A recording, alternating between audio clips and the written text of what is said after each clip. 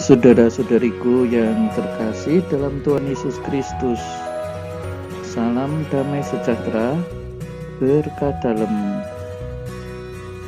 Kita berjumpa dalam belajar Alkitab sambil merenung.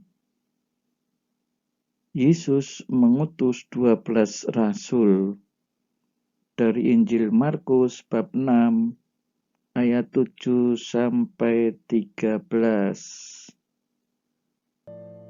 Mohon dibantu untuk subscribe dari Tuhanlah Pertolonganku channel. Bagikan pengalaman saudara di kolom komentar. Boleh juga kalau mau dimasukkan dalam status di WhatsApp Anda. Silakan saja dipakai. Nah, saudara-saudari yang terkasih dalam Tuhan, Yesus memanggil ke-12 murid itu dan mengutus mereka berdua-dua.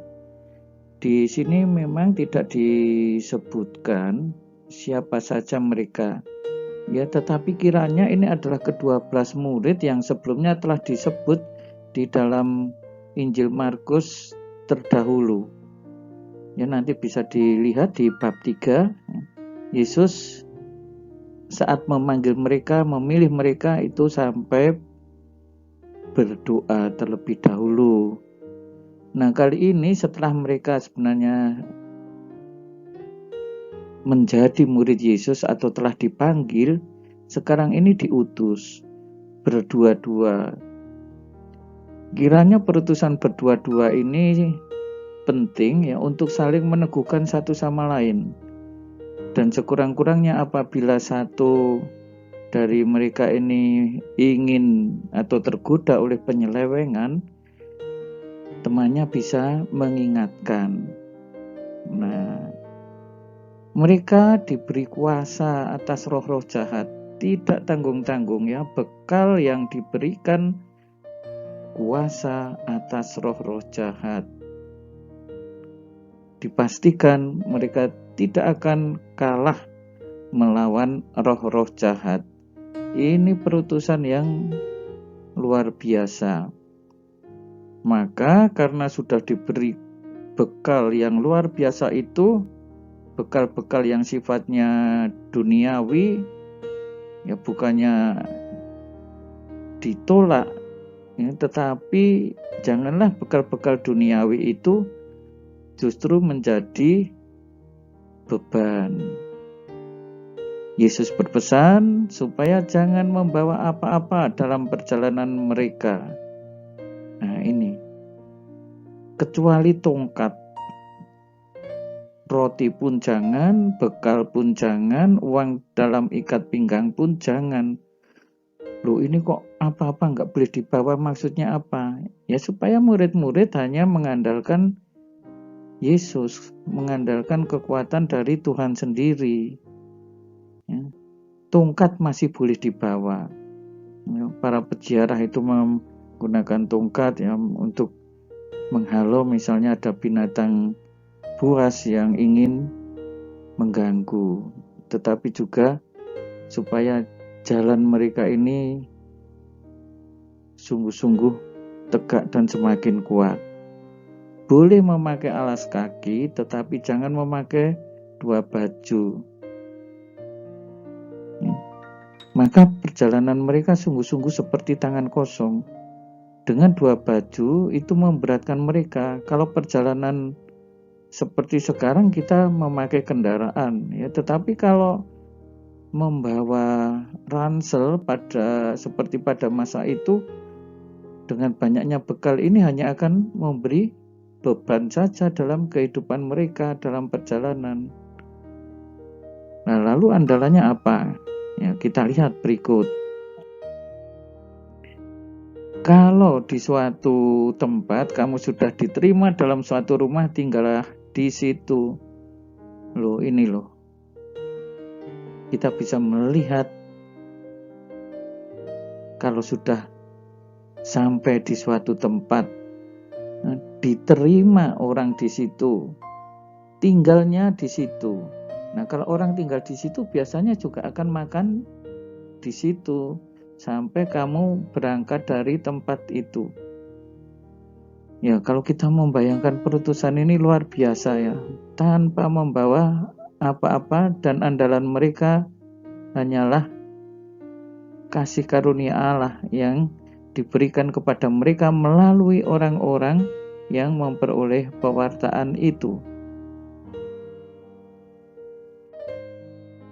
Dan kalau ada suatu tempat yang tidak mau menerima kamu, dan kalau mereka tidak mau mendengarkan kamu, keluarlah dari situ dan kebaskanlah debu. Nah, saudara-saudari yang terkasih, ini menarik sekali menurut saya, karena Yesus sudah mengantisipasi bahwa pewartaan mereka tidak mesti berhasil.